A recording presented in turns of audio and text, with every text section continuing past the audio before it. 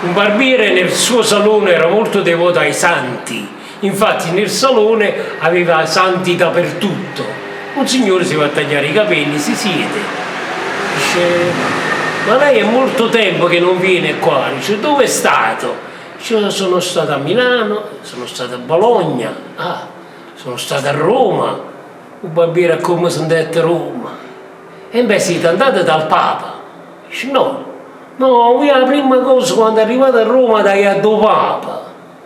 E la prossima volta che vado a Roma vado dal Papa.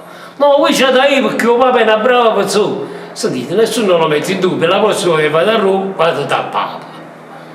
Passa un mesetto, questo si va a ritagliare i capelli. Cioè, allora siete stati a Roma? Sì.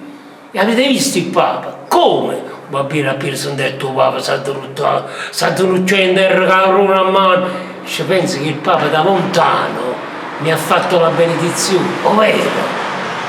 Poi il Papa è venuto vicino a me, il Papa è venuto vicino a me.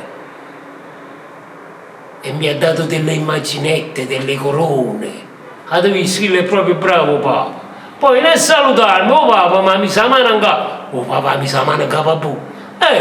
E caito. Chi è sta latrina che ti ha tagliato i capelli?